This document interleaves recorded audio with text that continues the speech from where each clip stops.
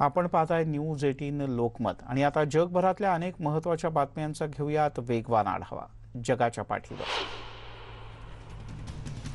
जगातल्या काही देशांमध्ये कोरोनाची परिस्थिती निवळली आहे, मात्र भारतात अजूनही परिस्थिती गंभीर आहे। या पार्श्वभूमीवर जागतिक आरोग्य संघटनेनं गंभीर इशारा दिलाय। कोरोनाचं दुसरं वर्ष हे पहिल्या वर्षापेक्षा अधिक भयानक असेल असा इशारा जागतिक आरोग्य संघटनेचे अध्यक्ष डॉक्टर टेड्रॉस यांनी दिला आहे। सार्वजनिक आरोग्य व्यवस्था आणि लसीकरणाच्या एकत्रित मदतीनेच आपण यातून बाहेर पडू शकू असंही ते म्हणाले। जगभरातल्या कोरोनाच्या संकटाबद्दल डॉक्टर टेड्रॉस यांनी माध्यमांशी संवाद साधला।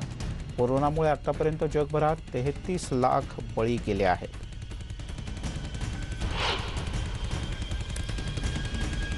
कोविशिल्ड या लसीच्या पहिल्या आणि दुसऱ्या डोसमधलं अंतर वाढवण्याचा भारताचा निर्णय योग्यच आहे असं अमेरिकेतील साथरोग तज्ज्ञ आणि व्हाईट हाऊसचे वैद्यकीय सल्लागार डॉक्टर अँथनी फौची यांनी म्हटलंय। या निर्णयामुळे जास्तीत जास्त लोकांना किमान पहिला डोस मिळाला तरी मदत होऊ शकेल। लसीच्या 2 डोसमध्ये अंतर जास्त राहिलं तरी त्याचा कोणताही अनिष्ट परिणाम होणार नाही। लसीची परिणामकारकता कायम राहते असंही त्यांनी म्हटलंय। मात्र भारतातील जास्तीत जास्त लोकांना किमान पहिला डोस तरी मिळाला पाहिजे आणि त्यासाठी नियोजन करावं असा सल्लाही त्यांनी दिला। ग्रीसमध्ये पर्यटनाचा हंगाम सुरू झाल्याबरोबर लगेचच अथेन्समध्ये पर्यटकांनी धाव घेतली आहे। एगन या बेटावर फेरी बोटीनं जावं लागतं, यामुळे बंदरावर जाण्यासाठी बसेस किंवा ट्रेनमध्ये गर्दी दिसली नाही। त्याचप्रमाणे मायकोनोस आणि सॅन्टोरिनी या दोघांनी पर्यटनासाठीचं लोकप्रिय ठिकाण ही 2 पर्यटनासाठीची लोकप्रिय ठिकाणं आहेत। ग्रीसमध्ये पर्यटन यंदा तरी सुरक्षित असेल अशी अपेक्षा व्यक्त केली जाते। ग्रीसची अर्थव्यवस्था पूर्णपणे ही पर्यटनावर अवलंबून आहे, मात्र गेल्या वर्षी कोरोनाच्या महामारीमुळे पर्यटन व्यवसाय पूर्णपणे बंद पडला होता आणि ज्याचा जबरदस्त आर्थिक फटका ग्रीसला बसला।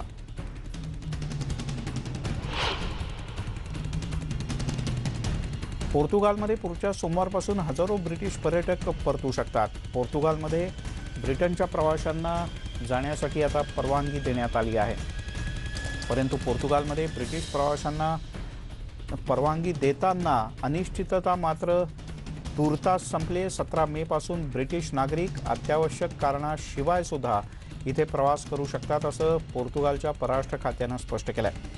पण पोर्तुगालमध्ये प्रवेश करताना ब्रिटिश पर्यटकांना 72 तास आधी केलेल्या कोरोनाच्या चाचणीचा निगेटिव्ह रिपोर्ट दाखवणं बंधनकारक आहे। सध्या पोर्तुगाल आणि अन्य युरोपियन देशांमध्ये ब्रिटिश पर्यटक फक्त काम, अभ्यास आणि कौटुंबिक कार्यक्रम तसंच आरोग्याच्या संबंधित कारणांसाठी प्रवास करतात। पुढच्या सोमवारपासून पोर्तुगालमधून प्रवास करून गेलेल्या नागरिकांना ब्रिटनमध्ये क्वारंटाईन होण्याची गरज नाही। चायनीज लस कोरोना व्हॅक तयार करण्यासाठी लागणाऱ्या साहित्याचा तुटवडा असल्यानं सध्या या लसीचं उत्पादन ब्राझीलमध्ये थांबवण्यात आलं आहे अशी माहिती ब्राझीलच्या सरकारी अधिकाऱ्यांनी दिली। चीननं साहित्य पुरवण्याचं आश्वासन दिलं होतं, पण त्यात दिरंगाई होत असल्यानं लसीचं उत्पादन सध्या स्थगित करण्यात आलं आहे। पण लवकरच नवीन साहित्य येईल अशी अपेक्षा ब्युटांटन इन्स्टिट्यूटच्या अधिकाऱ्यांनी व्यक्त केली। याच इन्स्टिट्यूटमध्ये चायनीज लसीचं उत्पादन केलं जातं। समन्वयाचा अभाव आणि पूर्वनियोजन नसल्यामुळे ब्राझीलच्या लसीकरण मोहिमेवर त्याचा परिणाम झाला आहे। सोशल मीडियावरून लसीकरणाच्या बद्दल अनेकदा गैरसमज पसरवले जात आहेत। डॉक्टर मिशेल रॉकवेल हिने इंस्टाग्रामवर 30,000 त्यांचे फॉलोअर्स आहेत। गेल्या डिसेंबरमध्ये त्यांनी गर्भपाताच्या संदर्भात लिहिलं होतं, तसंच त्यांच्या छातीमध्ये दुखतं या संदर्भातली पोस्ट टाकली होती। यानंतर काही आठवड्यांच्या आत लस घेतल्याचा फोटोही सोशल मीडियात शेअर केला। यानंतर लस घेतल्यामुळेच आपला गर्भपात झाला असा अनेकांचा गैरसमज निर्माण झाला। यानंतर तिने पोस्टच्या माध्यमातून हा गैरसमज दूर करण्याचा प्रयत्न केला। डॉक्टर मिशेल हे केवळ एक उदाहरण आहे। अशा अनेकांनी सोशल मीडियावर टाकलेल्या पोस्टचा प्रत्येकजण आपापल्या पद्धतीनं गैरअर्थ काढतोय आणि त्याचा अनेकांना फटकाही बसतोय।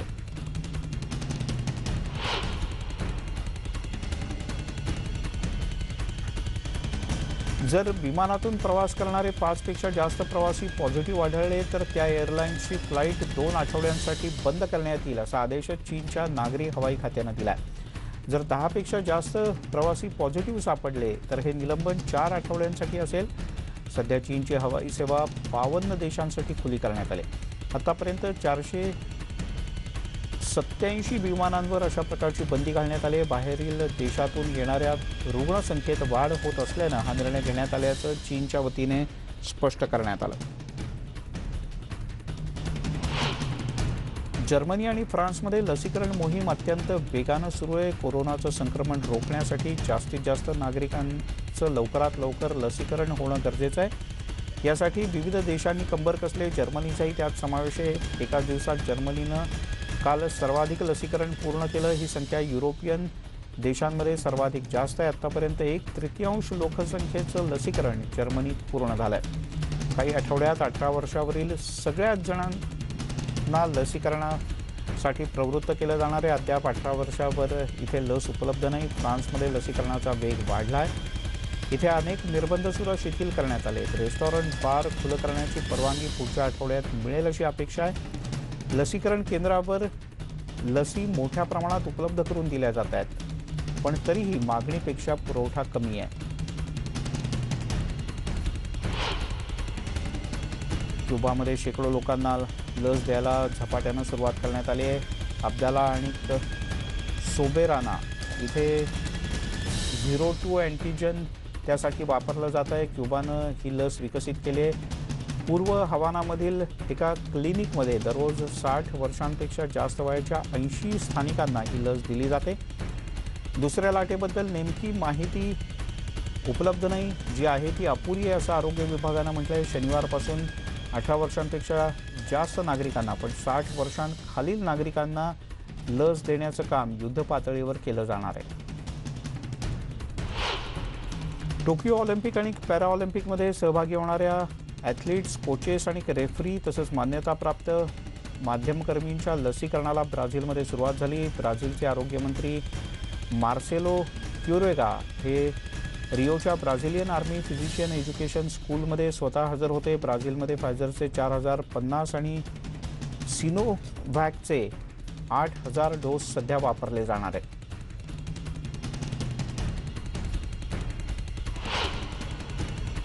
अमेरिकेनं CDCनं पूर्ण लसीकरण झालेल्या लोकांना बाहेर जाताना मास्क न घालण्याची परवानगी दिली आहे, पण न्यूयॉर्कमधील नागरिक मात्र अजूनही पूर्ण मास्क काढायला तयार नाहीत. बाहेरच्या गर्दीत कुणाचं लसीकरण झालंय किंवा नाही हे तुम्ही सांगू शकत नाही, त्यामुळे मास्क घालणंच अधिक सुरक्षित वाटतं अशी प्रतिक्रिया अनेकांनी व्यक्त केली. सार्वजनिक आणि खुल्या ठिकाणी मास्क घातले नाहीत तरी चालणार आहेत, पण बसेस, विमान प्रवास, हॉस्पिटल, निवारागृह इथे मात्र मास्क घालणं बंधनकारक आहे. पण आता बागांमध्ये आणि अन्य सार्वजनिक ठिकाणी सुद्धा अनेकदा लोक मास्क घालूनच फिरताना दिसत आहेत.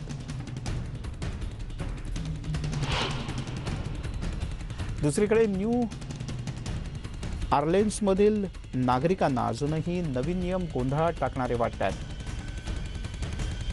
CDCनं लसीकरण झालेल्या सर्व नागरिकांना सार्वजनिक ठिकाणी मास्क न घालण्याची परवानगी दिली आहे. दुसरीकडे हॉस्पिटल, बसेस किंवा विमान प्रवास करताना मास्क घालणं मात्र बंधनकारक आहे. शाळा, कार्यालय अशा ठिकाणी सुद्धा पूर्ण लसीकरण झालेल्यांना डिस्टन्सिंगच्या नियमाची अट सुद्धा शिथिल करण्यात आली. पण पूर्ण लसीकरण झालेले किंवा न झालेले गर्दीच्या ठिकाणी एकत्र येऊन गोंधळ होऊ शकतो, त्यामुळे सार्वजनिक ठिकाणी अनेकदा लोक मास्क घालणं पसंत करतात.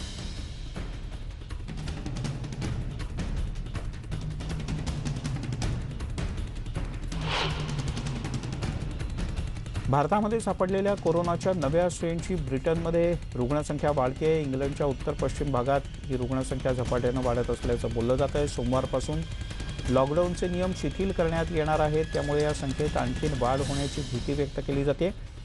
यासाठीच मोठ्या प्रमाणात टेस्टिंगसुद्धा केलं जातं. या स्ट्रेनच्या रुग्णांमध्ये वाढ झाल्यानं आता लसीचा दुसरा डोससुद्धा लवकर उपलब्ध करून देण्यात येणार असल्याचं ब्रिटनचे पंतप्रधान बोरिस जॉन्सन यांनी म्हटलं आहे.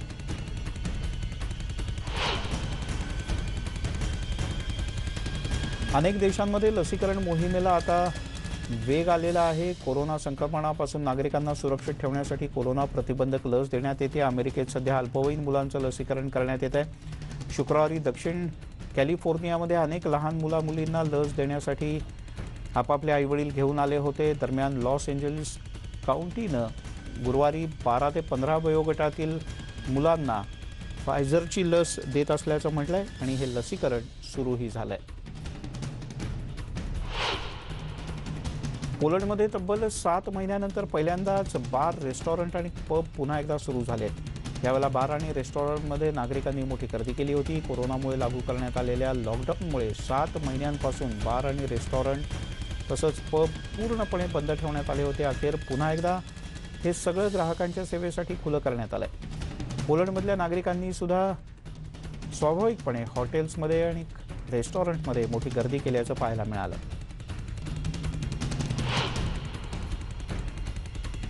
भारतामध्ये अडकून राहिलेल्या ऑस्ट्रेलियन नागरिकांना मायदेशी घेऊन जाण्यासाठी शनिवारी सकाळी विमानानं पहिलं उड्डाण केलं. डार्विनमध्ये हे विमान उतरलंय. भारतात कोरोनाबाधितांची संख्या वाढत असल्यानं ऑस्ट्रेलियानं 30 एप्रिलला भारतातून येणाऱ्या विमानांवर बंदी घातली होती. यानंतर दोन्ही देशांमधून पहिल्या विमानाचं काल उड्डाण झालं.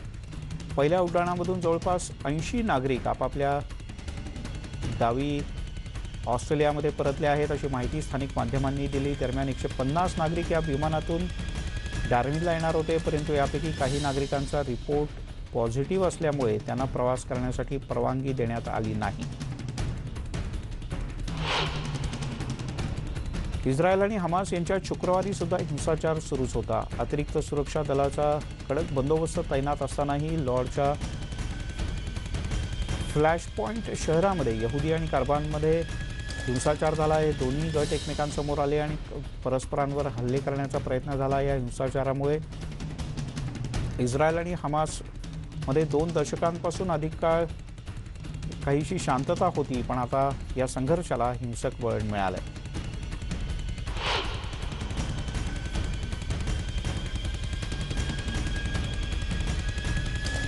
इस्रायलमध्ये शांतता प्रस्थापित करण्यासाठी आम्ही सर्वतोपरी प्रयत्न करू असं विधान इस्रायलचे पंतप्रधान बेंजामिन नेतन्याहू यांनी म्हटलंय. लॉर्ड शहरातील सीमा पोलीस मुख्यालयात परिस्थितीची माहिती घेतल्यानंतर पंतप्रधान बोलत होते. शहरात झालेल्या हिंसाचाराला त्यांनी दहशतवाद म्हणत आम्ही आमची सर्व शक्ती पणाला लावू आणि गुन्हेगारांपर्यंत पोहोचू असंही त्यांनी सांगितलं. इस्रायल आणि पॅलेस्टाईन दरम्यान अमेरिकेचे उपसचिव हॅडी अमर यांनी लक्ष घालण्याचा निर्णय घेतला आहे. ते मध्यस्थी करणार आहेत. शुक्रवारी इस्रायलच्या काही शहरांमध्ये मोठ्या प्रमाणात हिंसाचार झाला. यानंतर आता अमेरिकेनं या हिंसाचारात मध्यस्थी करून शांतता निर्माण करण्याच्या दृष्टीनं निर्णय घेतला आहे. हॅडी अमर यांनी ओबामा प्रशासनाच्या काळात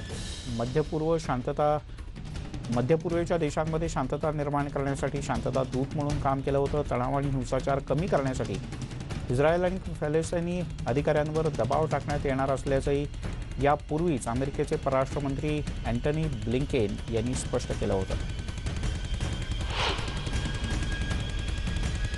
इस्रायलच्या सीमेवर झालेल्या संघर्षामध्ये एकाचा मृत्यू झाला. याबद्दल पोलिसांनी अधिकृत माहिती दिली आहे. तसंच लेबनॉनच्या अधिकृत वृत्तसंस्थेनं याला दुजोरा दिला. लेबनॉन इस्रायलच्या सीमेवर झालेल्या गोळीबारात 31 वर्षीय आंदोलकाचा मृत्यू झाल्याचं यावेळेला स्पष्ट करण्यात आलं. गाझा इस्रायली लष्करी मोहिमेच्या विरोधात मोर्चा काढण्यात आला होता. यावेळेला आंदोलनकर्त्यांनी सीमारेषेवर आंदोलन केलं. दरम्यान लष्कराकडून गोळीबारही करण्यात आला. यावेळेला आंदोलनकर्ता एक जखमी झाला आणि यानंतर त्याचा मृत्यू झाल्याचं समोर आलंय. इस्रायलच्या लढाऊ विमानांनी पश्चिमी गाझा शहरावर हवाई हल्ले केले. यावेळेला सुरक्षा दलाच्या जवानांना लक्ष्य करण्यात आलं. हमासच्या गृह मंत्रालयानं इथं सुरक्षा दलं तैनात केली होती. या हल्ल्यामुळे परिसरात धुराचे लोट अनेक ठिकाणी पसरल्याचं दिसलं. या हल्ल्यामध्ये 6 नागरिक ठार झाल्याची प्राथमिक माहिती समोर येते. तसंच परिसरातल्या काही इमारतींचं मोठं नुकसानही झालंय.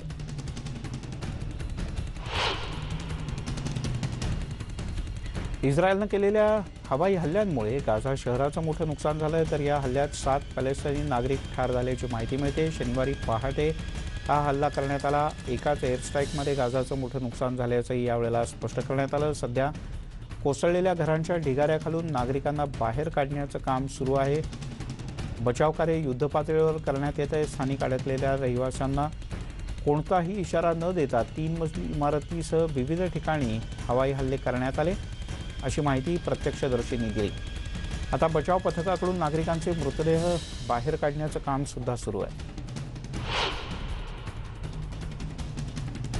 इस्रायल आणि पॅलेस्टाईनच्या नागरिकांमधला संघर्ष आणखीनच चिघळला आहे, तर दुसरीकडे गाझा आणि इस्रायलला सुद्धा संघर्ष टोकाला पोहोचला. या संघर्षाच्या दरम्यान जाफा शहरात पोलीस दलाचं चित्रीकरण करणाऱ्या व्यक्तीला गोळ्या घालण्यात आल्या. या फुटेजमध्ये पोलीस रस्त्यावरून जात असताना पाहायला मिळत आहे. तितकंच नाही तर गोळ्यांचा आवाजही ऐकू येतोय. दरम्यान आपल्या घरावर ग्रेनेड हल्ला केल्याचा आरोप इब्राहिम सौरी या स्थानिक व्यक्तीनं केला आहे, जिनं हे चित्रीकरण केलं होतं. सिल्वानच्या जेरुसलेम परिसरात शुक्रवारी पॅलेस्टाईनी आणि इस्रायली नागरिक आणि पोलिसांमध्ये चकमक उडाली. पोलिसांनी दगडफेक करणाऱ्या लोकांना पांगवण्यासाठी अश्रुधुराचा वापर केला. यावेळेला त्यांनी पोलिसांच्या गाडीवर आंदोलकांनी दगडफेक केली. पण हा संघर्ष नेमका का सुरू झाला याचं कारण मात्र कळू शकलेलं नाही.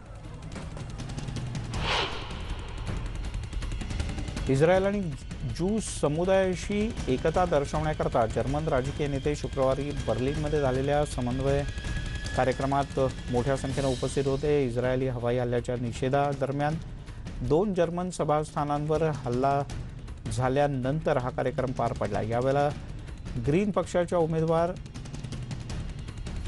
ॲनालिना बेरबॉक यांनी जर्मन धर्मविरोधी वक्तव्याचा निषेध केला. यावेळेला जर्मनीचे न्यायमंत्री क्रिस्टिन लॅम्ब्रेच हे देखील उपस्थित होते. जर्मनीमधील इस्रायलचे राजदूत जेरेमी इसाकरॉफ यांनी यावेळेला आपली मतं नोंदवली. सभेचे अध्यक्ष रॅबी यहुदा येचटेल यांनी इस्रायल नागरिकांसाठी प्रार्थना केली.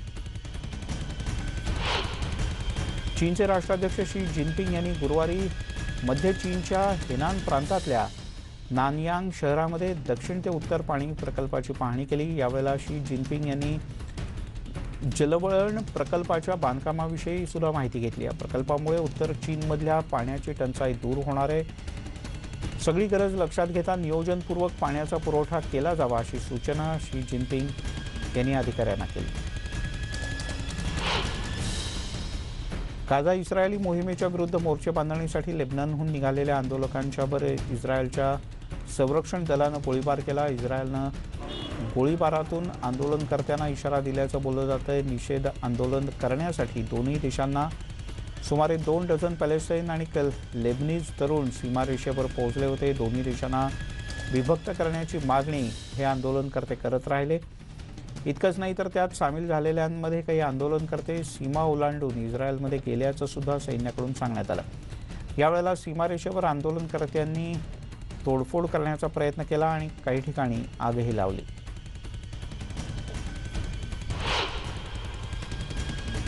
जपानच्या मुक्त पत्रकाराची म्यानमारमधल्या तुरुंगातून सुटका करण्यात आली. जपानच्या अधिकाऱ्यांनी याबद्दलची माहिती दिली. तसंच म्यानमारमधल्या प्रसारमाध्यमांनी सुद्धा याबद्दलचं वृत्त दिलं. जपानच्या पत्रकाराची तुरुंगातून मुक्तता केली. तसंच जपानच्या पुढे मैत्रीचा हातही पुढे केल्याचं बोललं जातं आहे. जपानच्या प्रयत्नांनंतर युकी किगाझुमीला यांना सोडण्यात आलं अशी माहिती जपानचे परराष्ट्रमंत्री तोशित्सू मोतेगी यांनी दिली आहे. कोरोना काळामध्ये ठप्प झालेल्या अर्थव्यवस्थेला चालना देण्यासाठी ग्रीस आता पूर्णपणे सज्ज होतोय. पर्यटन क्षेत्राचा विचार करता जे ग्रीसचं महत्त्वाचं अर्थव्यवस्थेला चालना देणारं क्षेत्र आहे त्याला चालना देण्यासाठी पर्यटक पुन्हा येण्याची गरज आहे. गेल्या वर्षी कोरोनामुळे लागू करण्यात आलेल्या लॉकडाऊनचा औद्योगिक क्षेत्राला सुद्धा आणि पर्यटन क्षेत्राला सुद्धा खूप मोठा फटका बसला होता.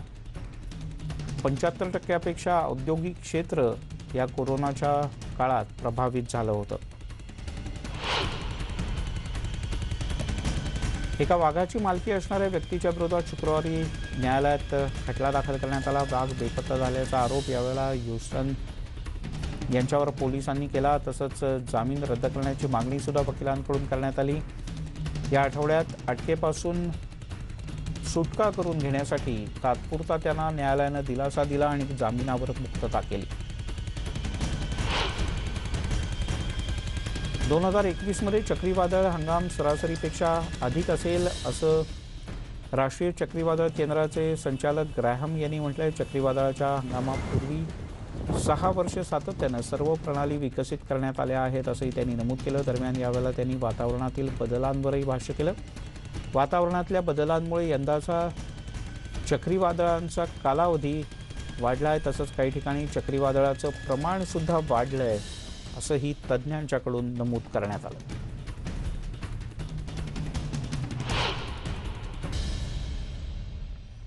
ब्रेकनंतर आपल्या सगळ्यांचं पुन्हा एकदा स्वागत आणि आता आणखीन काही महत्त्वाच्या बातम्या.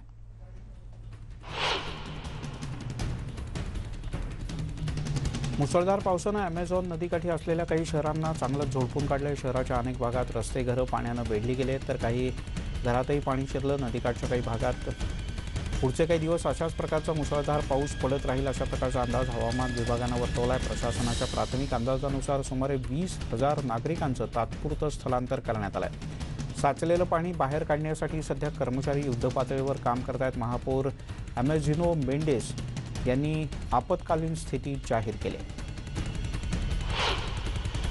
आपल्या अंतराळ कार्यक्रमाच्या अंतर्गत चीननं पाठवलेलं अंतराळ यान मंगळाच्या कक्षेत पोहोचलंय. सकाळी 7:18 सुमारास बीजिंगजवळच्या अंतराळ केंद्रातून या यानाचं नियंत्रण करण्यात येत होतं. तिथून याची औपचारिक घोषणासुद्धा करण्यात आली. या यानाच्या तंत्रज्ञानात काही खास बदल करण्यात आले. पृथ्वी आणि मंगळादरम्यानच्या या अंतराळ मोहिमेला काहीसा विलंब झाला.